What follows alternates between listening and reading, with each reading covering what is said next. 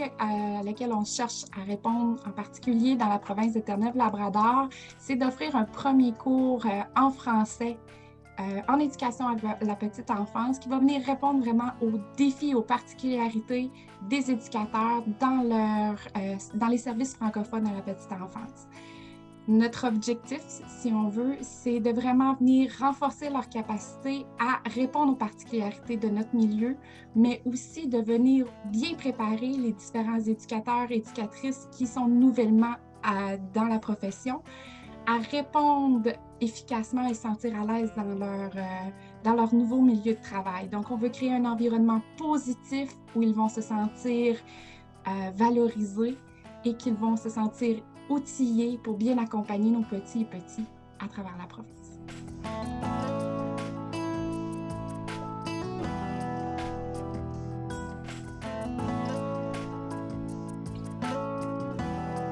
Il s'agit d'une première pour la province de Terre-Neuve-Labrador. Il faut rappeler que lorsqu'on regarde les différentes provinces et territoires à l'échelle du Canada, il y a uniquement la province de Terre-Neuve et 2 autres territoires qui n'ont pas d'établissement postsecondaire en français.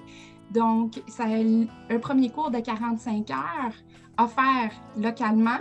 C'est une première pour notre province et on espère réussir à rejoindre plusieurs clientèles, autant les éducateurs qui sont déjà en poste, les gestionnaires, futurs gestionnaires, mais aussi les chercheurs d'emploi et les étudiants qui parlent le français ou qui sont bilingues. On espère ainsi recruter davantage, mais aussi les retenir, ces personnes qui sont d'expression française et qui ont les qualifications pour travailler en éducation petite enfance dans nos services. Dans une province comme la nôtre, où est-ce que souvent on travaille seul, ça nous donne l'occasion de se rencontrer entre éducatrices, puis d'échanger, de savoir ce qui fonctionne, ce qui ne fonctionne pas. Donc, je suis pour les formations, j'adore les formations.